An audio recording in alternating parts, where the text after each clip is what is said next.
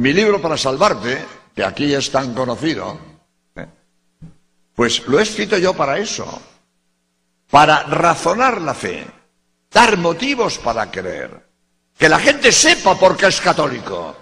No basta ser católico. A mí me bautizaron. Yo nací en una familia católica. Muy bien, muy bien, muy bien. Pero no basta que tú seas católico por ósmosis, por ambiente y por clima. No, no. Tienes que ser católico por convicción. Por convicción. Yo tengo que saber por qué soy católico. Porque si no, si mi catolicismo no tiene raíces, al menor vendaval pues se lo llevan, como pasa con tantos desgraciados que han sido engañados por los testigos de Jehová, o por los mormones, o por los adventistas, o por los cuáqueros, qué sé yo. ¿Por qué se los llevan? Si eran católicos, ¿por qué se los llevan? Porque su catolicismo no tiene raíces, no tiene raíces, y al menor soplido se lo llevan de calle. Pero cuando uno sabe por qué es católico, cuando uno tiene una fe con raíces agarrada al suelo, ya pueden soplar vientos. A mí la fe no me la quita nadie. Como decía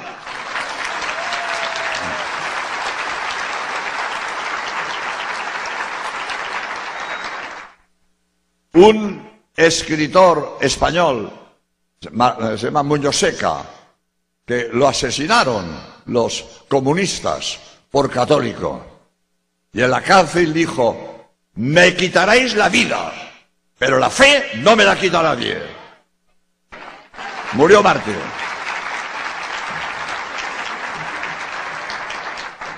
Pues como digo, para tener una fe arraigada, una fe firme, que no me la quita nadie, tengo que conocer mi fe.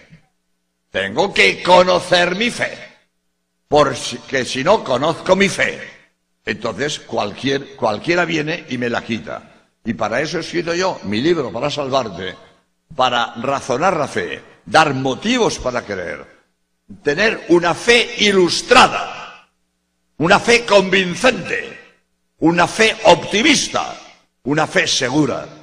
Y entonces, como ya he hecho alusión del otro libro, el de 30 conferencias son conferencias grabadas en cinta magnetofónica y después escritas, que se lee muy bien, es fácil lectura, pero no tiene citas a pie de página, como para salvarte, que tiene 5.000 citas. Uno es un libro de estudio y otro es un libro de información que se lee muy bien y tiene las ideas que voy a decir aquí. Pues empezando ya por resumir una de las conferencias que expongo en mi libro de 30 conferencias. Primera conferencia. La ciencia no se opone a la fe. Primera conferencia. Porque estamos hartos de oír machaconamente en los medios de información que la ciencia se opone a la fe. Continuamente. Este señor del otro día en Guadalajara se ha creído que los científicos son ateos, porque la ciencia se opone a la fe.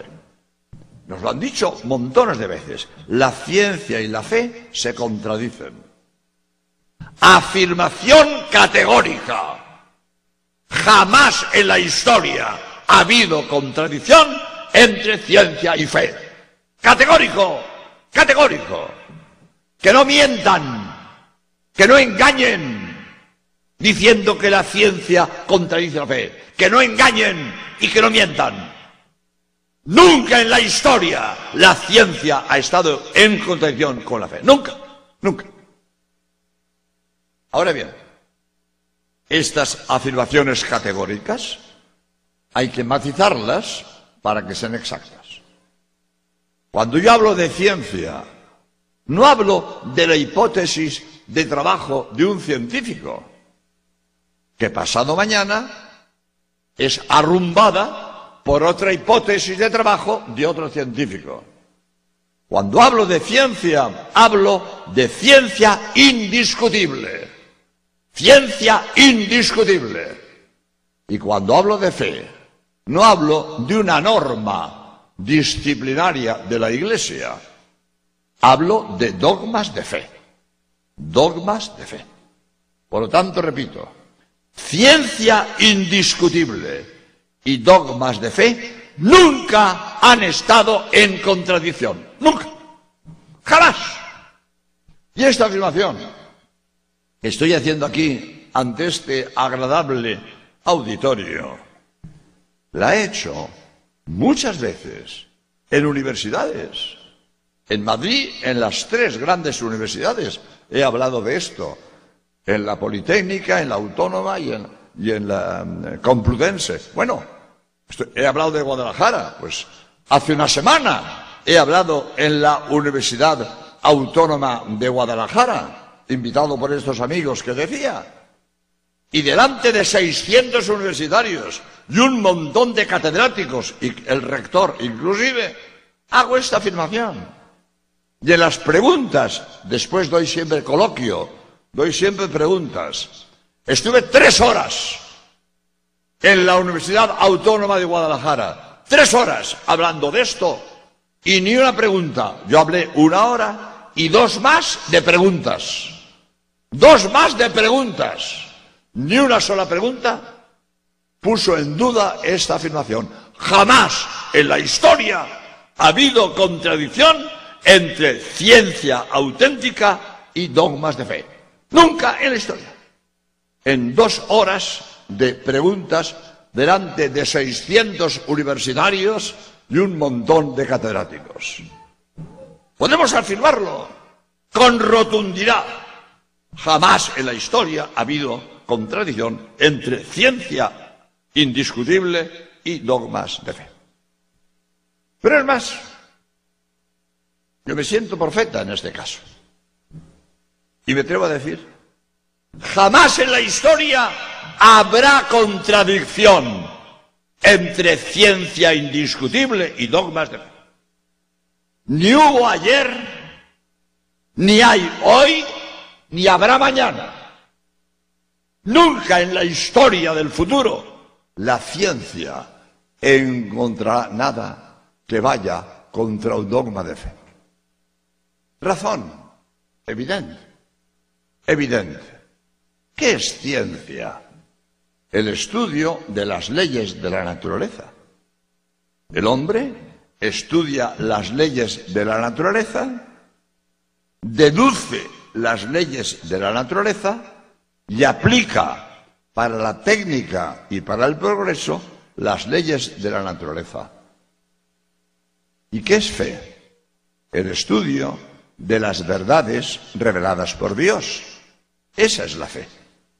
Pues si el mismo Dios es el autor de las leyes de la naturaleza, objeto de la ciencia, y de las verdades de la revelación, objeto de la fe, ¿cómo Dios se va a contradecir entre lo que me comunica por la naturaleza y lo que me comunica por la revelación? Si es el mismo Dios. ¿Quién ha hecho las leyes de la naturaleza objeto de la ciencia? Dios es el autor de la creación del mundo y de las leyes de la naturaleza. ¿Quién es el autor de las verdades de la fe, de las verdades de la revelación? Dios es el autor de la revelación.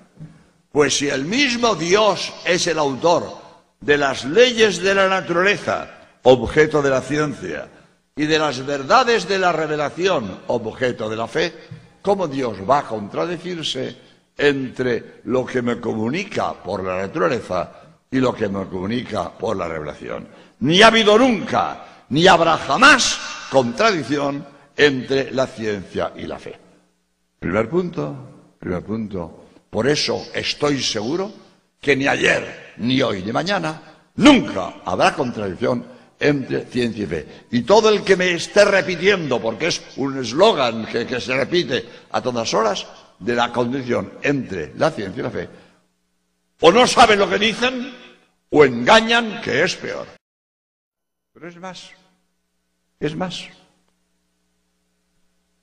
Podemos afirmar que la ciencia cuanto más avanza, más confirma la fe. Y esta idea se la debemos al Papa Pío XII en un congreso de científicos en Roma, donde Pío XII hace esta afirmación: la ciencia moderna descubre a Dios detrás de cada nueva puerta que abre. Muy bonita la frase del Papa Pío XII. El hombre progresa, la ciencia va abriendo puertas en su progreso y la ciencia moderna descubre a Dios detrás de cada nueva puerta que abre. El progreso humano, cuanto más avanza, más confirma la fe. Precisamente es lo que la semana pasada dijo Stephen Hawking en esa entrevista que le hizo la CNN, y que un señor de Guadalajara, amigo mío, me dijo que él lo había visto en televisión. El mismo Hawking dice: cada día me confirmo más en mi fe. Un científico, el Einstein de nuestros días, cada día se confirma más en su fe, porque la ciencia, cuanto más avanza, más confirma la fe. Esto es muy bonito y voy a pasar a otra de mis conferencias que tengo en mi libro. Cómo mi fe se confirma por la astronomía, por los estudios científicos de la Sábana Santa y por la arqueología. Cada una de esas tres conferencias dura 1 hora. Aquí no voy a estar 1 hora, pero dedicaré 1/4 de hora a cada tema para que el conjunto de la conferencia sea de 1 hora. La astronomía me confirma mi fe en Dios creador. Muy bonito. Los astrónomos necesitan a Dios creador. Muy bonito. Voy a contar una anécdota. Daba yo conferencias en Nueva York, en New Jersey en concreto. Hablé de la Sábana Santa. Y estaba yo firmando libros. Cuando termine, pues allí en el vestíbulo, firmaré libros a los que lo deseen. Estaba yo firmando libros y viene un señor y me dice: padre, yo quiero hablar con usted. Pero mire usted la cola de gente que hay aquí. Estoy firmando libros, no. Ahora no es posible. Padre, ¿se viene a cenar conmigo? Hombre, pues sí, mucho gusto. Yo tengo que cenar, pues en un sitio o en otro, pues me voy a cenar con usted. Muy bien. Me voy con él a su casa. Mientras su mujer está preparando algo de comer y él se va no sé dónde, yo me pongo a curiosear los libros de su biblioteca y me encuentro toda una estantería con libros de astronomía. Yo había hablado de la Sábana Santa, no de astronomía. Y veo todo un anaquel de libros de astronomía. Y cuando él viene, digo: hombre, veo que le gusta la astronomía. Le digo: a mí también. Yo doy conferencias de astronomía. Me he leído más de 100 libros de astronomía. Me gusta la astronomía. Y me dice: padre, ¿le gusta la astronomía? Mire usted el libro que acaba de salir. Me saca un libro de un astrónomo, Jastrow se llama, un astrónomo contemporáneo.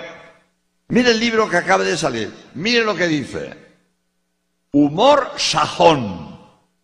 Humor sajón, pero con mucha miga. Dice Jastrow, el libro se llama Los astrónomos y Dios. Dice Jastrow en su libro: los astrónomos, después de largos años de ascensión, hemos llegado a la cumbre de nuestros conocimientos del origen del cosmos. Y cuando hemos llegado allí, nos hemos encontrado que estaban sentados los teólogos. Humor sajón, pero mucha miga. Los astrónomos, después de mucho pensar y después de mucho investigar, vienen a decir lo que siempre han dicho los teólogos. que hemos aprendido todos desde pequeños. El mundo lo hizo Dios. El catecismo de pequeños, el mundo lo hizo Dios. Entendemos por mundo el universo, el cosmos. Y desde pequeño hemos oído el mundo lo hizo Dios. Y ahora los astrónomos, después de mucho estudiar y después de mucho investigar, llegan a la cumbre de nuestros conocimientos del origen del cosmos. Después de tanto investigar, vienen a decir lo que siempre han dicho los teólogos, que el cosmos es obra de Dios. Los astrónomos, por eso dice Jastrow, después de mucha ascensión, después de mucho investigar, hemos llegado a la cumbre de nuestros conocimientos del origen del cosmos. Y al llegar allí, estaban sentados los teólogos que habían llegado antes que nosotros. Y ellos ya sabían lo que nosotros, después de mucho estudiar, hemos descubierto, que el cosmos es obra de Dios. Otra anécdota que confirma esto. Les he hablado antes del padre Antonio Romañá, 30 años director del Observatorio de Astrofísica que tenemos los jesuitas en España, y esa frase que me dijo, ningún científico es ateo por razones científicas. Pero me dijo otra frase, que también la dije yo en televisión española, y viene a cuento. Frase del padre Antonio Romañá, 30 años director del Observatorio de Astrofísica que tenemos los jesuitas en España. Dice él, hoy en astrofísica nadie excluye la idea de creación. Los astrofísicos, no el cura de pueblo, no el cura ignorante, no, los grandes científicos, los grandes astrónomos, los astrofísicos.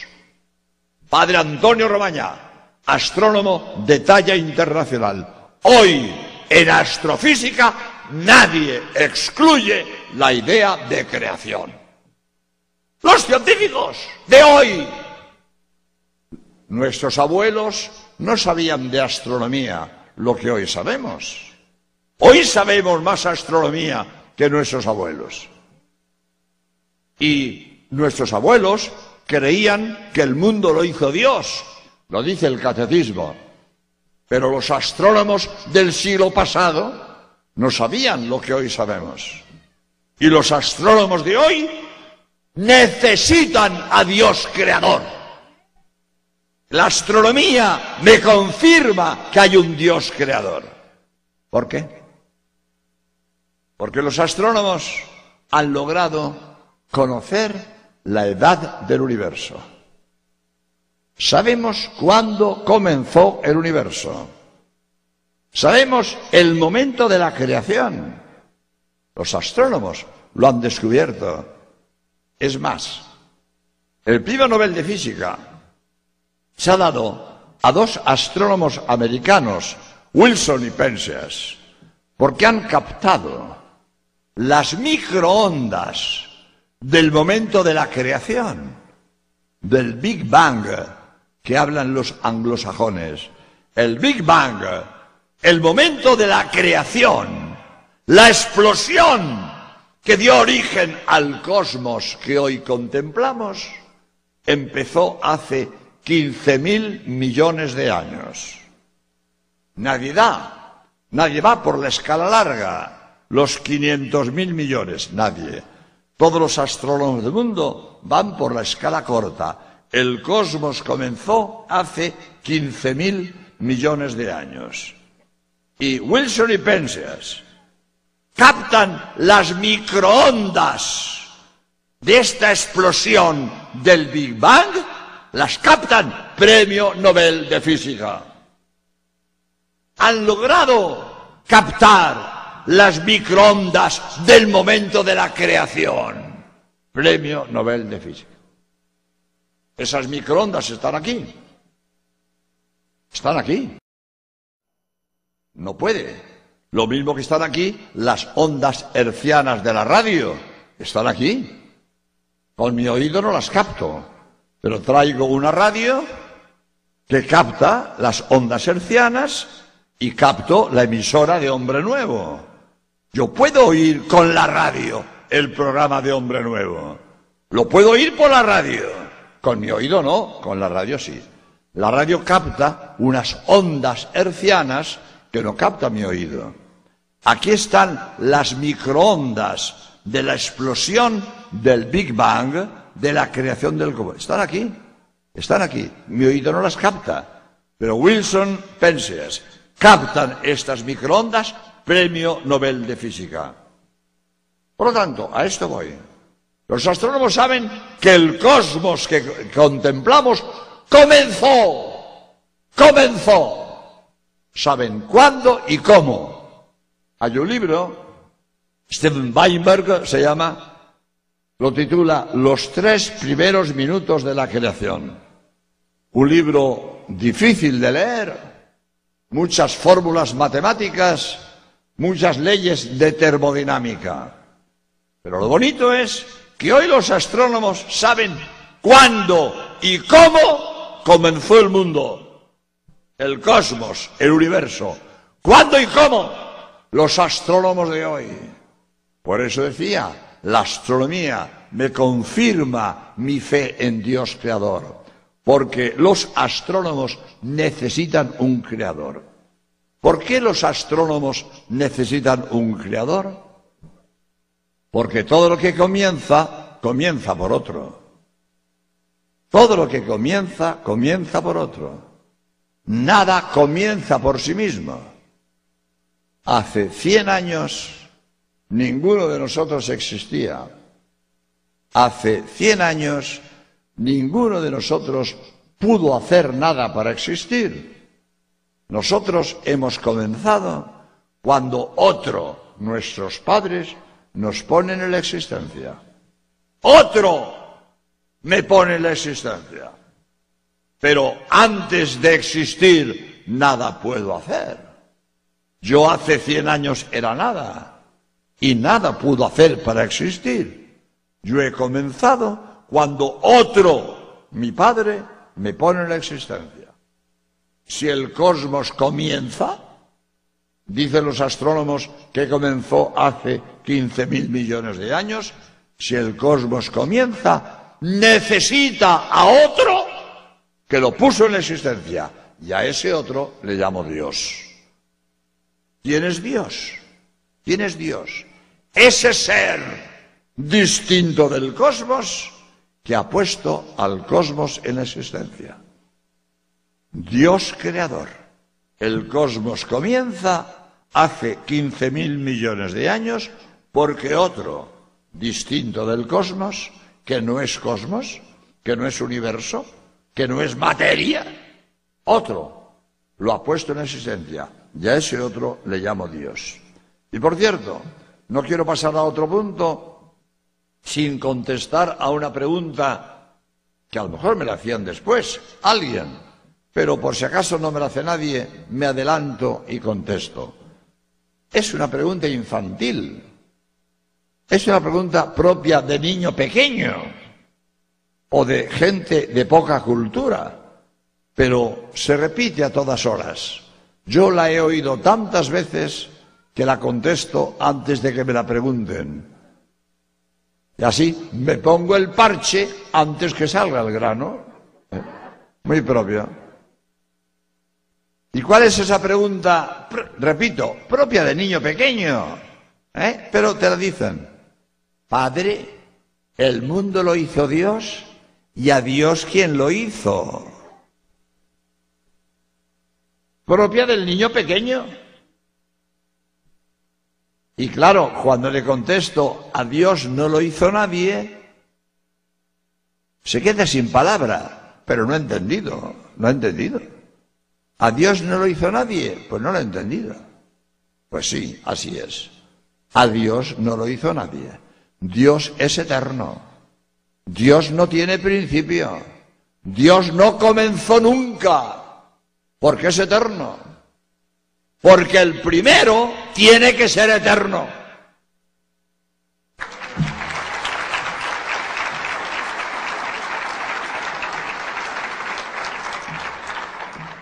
El primero tiene que ser eterno. Porque si comienza por otro, pues es el segundo, no es el primero. El primero tiene que ser eterno. No puede comenzar por otro, sería el segundo. No puede comenzar por sí mismo, porque nadie comienza por sí mismo. Nadie se da la existencia a sí mismo. No puede darse la existencia. Decía yo antes, hace 100 años nada pudimos hacer para existir. Hemos comenzado cuando nuestros padres, nos ponen en la existencia. Pero nosotros no hemos podido darnos la existencia.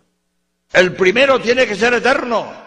No puede tener principio, no por otro, porque es el segundo, y no a sí mismo, porque nadie puede hacer algo antes de existir. El primero tiene que ser eterno. Si suponemos hipotéticamente un momento que no hay nada, ni Dios, nada, ni Dios, nada, nada, nada, nunca nada comenzó. ¡Nunca!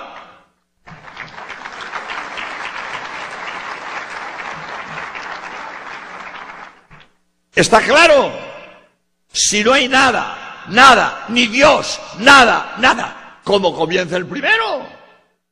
¿Cómo comienza el primero si no hay nada, nada, nada? El primero no puede comenzar porque no hay nada, nada, nada. Y nadie puede darse la existencia antes de existir.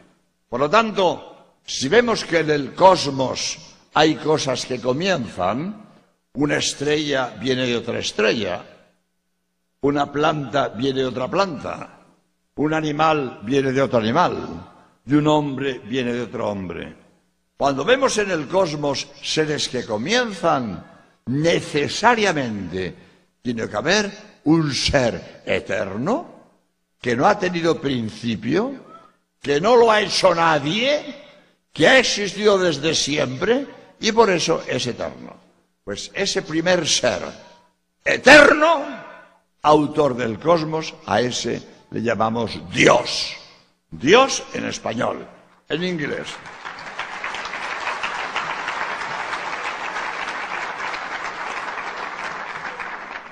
En inglés se dice God, en francés Dieu, en italiano Dio, en árabe Allah, en hebreo Yahvé, en ruso Bog. En todas las lenguas del mundo hay una palabra para llamar a ese ser eterno que ha hecho el cosmos. Por lo tanto, termino este punto diciendo, los astrónomos, estudiando el origen del cosmos, han caído en la cuenta de que hace falta un Dios creador que pone el cosmos en la existencia, porque si no, el Big Bang, esa explosión que dio origen al cosmos, no tiene explicación sin un Dios creador, autor de ese cosmos. Este es el primer punto. La astronomía me lleva a creer en Dios creador. Los actuales conocimientos de la astronomía, nuestros abuelos no sabían la astronomía que hoy sabemos. Los actuales conocimientos de la astronomía me confirman mi fe en Dios creador. La ciencia confirma mi fe. En este caso, la astronomía confirma mi fe en Dios creador. Segundo punto. La sábana santa de Turín me confirma que Cristo es Dios. Es mi especialidad. Yo tengo escrito un libro de la sábana santa también. He dado más de 1000 conferencias de la sábana santa y llevo 30 años estudiando el tema. Es mi tema preferido, la sábana santa. La sábana santa se llama de Turín porque está en Turín, en Italia. Conocemos perfectamente su trayectoria histórica. Sabemos que de Jerusalén pasó a Edesa, en Armenia, hoy Urfa. De Edesa pasó a Constantinopla. El emperador romano Lecapeno quiso reunir en Constantinopla las principales reliquias del Salvador y se trajo la sábana santa, la llamaban Mandilion, estaba en Edesa, se la trajo a Constantinopla y reunió en Constantinopla las principales reliquias del Salvador. Más tarde, Otto de la Roche, jefe de la Cuarta Cruzada, roba la sábana santa. En el saqueo de Constantinopla robó la sábana santa y se la trajo a Francia, al castillo de Rigny, que era el castillo de su familia. Robó la sábana santa. Cuando hablo de esto, yo suelo decir cómo Dios, es una expresión popular que decimos en español, Dios escribe derecho con renglones torcidos. ¿Cuántas veces, Dios escribe derecho con renglones torcidos? A veces pasan cosas que están mal, que no nos explicamos. ¿Y esto por qué ocurre? Eso está mal. Pues mira, de ese mal Dios saca bienes. De una cosa que fue un robo, fue providencial. Si Otto de la Roche no roba la sábana santa, el saqueo de Constantinopla, hoy no tendríamos sábana santa. Porque poco después de que Otto de la Roche robara la sábana santa de Constantinopla, Constantinopla fue saqueada por los maometanos, que destruyeron todo rastro de cristianismo. Por la sábana santa, los maometanos, la sábana santa, y hoy no tendríamos sábana santa. Por lo tanto, Dios escribe derecho con renglones torcidos. Dios se aprovechó de la rapiña de Otto de la Roche para salvar la sábana santa de los maometanos en el saqueo de Constantinopla. Pues la sábana santa de Constantinopla viene a Francia, está en Besançon, Lille, Chambéry y últimamente en Turín. Pues esta sábana, que yo he tenido más cerca que esta primera fila de personas y más cerca que ese mueble, a la distancia del micrófono, no la he tocado. Me preguntaban ayer, ¿usted ha tocado la sábana? No, la sábana está cubierta por un cristal antibala, eso no la toca nadie, está protegida, pero la he tenido a la distancia del micrófono, a una cuarta, porque yo he estado en 5 congresos científicos internacionales sobre la sábana santa, y en el Congreso de Turín, después de las sesiones del Congreso, concelebramos los sacerdotes en la Catedral de Turín, y estaba ahí el altar, detrás del altar los sacerdotes, y en la pared la sábana santa, pero había menos sitio que aquí. O sea, yo estaba a una cuarta de la sábana en la pared, desplegada, en un marco, y yo a una cuarta de la sábana, delante del altar, y allí la gente. Pues no la he tocado, pero la he tenido muy cerca. Pues la sábana santa que hoy está en Turín, después de este recorrido por el mundo, es la reliquia más estudiada científicamente que tiene la Iglesia. Creo que se puede afirmar, ninguna otra reliquia ha sido tan estudiada científicamente. Y todos los estudios que se han hecho en la sábana santa, en el campo de la historia, de la arqueología, de la medicina, de la bioquímica, de la numismática, de la palinología, todos los estudios que se han hecho en la sábana santa de Turín concluyen que es auténtica, todos. Solo ha habido una excepción, los analistas del carbono 14. La sábana santa se sometió a unos análisis, a unos laboratorios, y estos laboratorios contestaron que el tejido de la sábana santa era entre 1260 y 1390.